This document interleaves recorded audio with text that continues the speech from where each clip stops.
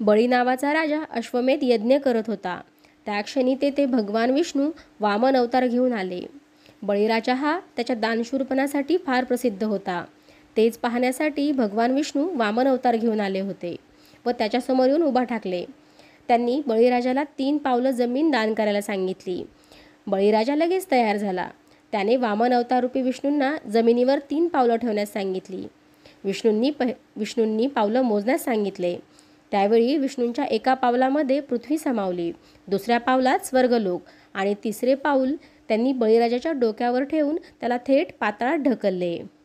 बळीराजाने तो महिमा पाहून पाताळात राहण्याचा निर्णय मान्य केला.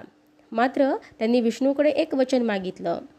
राजा बळी म्हणाला की मला असा आशीर्वाद द्या की इथून कोणत्याही क्षणी तुमच्याकडे पाहू शकेन.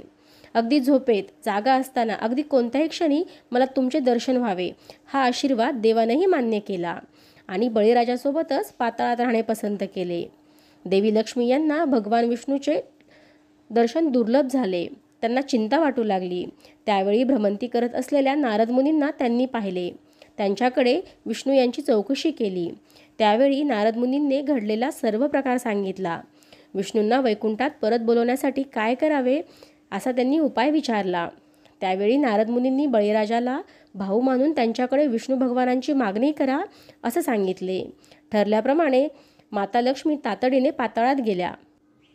पाताळात आल्यानंतर भगवान विष्णूकडे पाहून माता लक्ष्मी रडू लागल्या.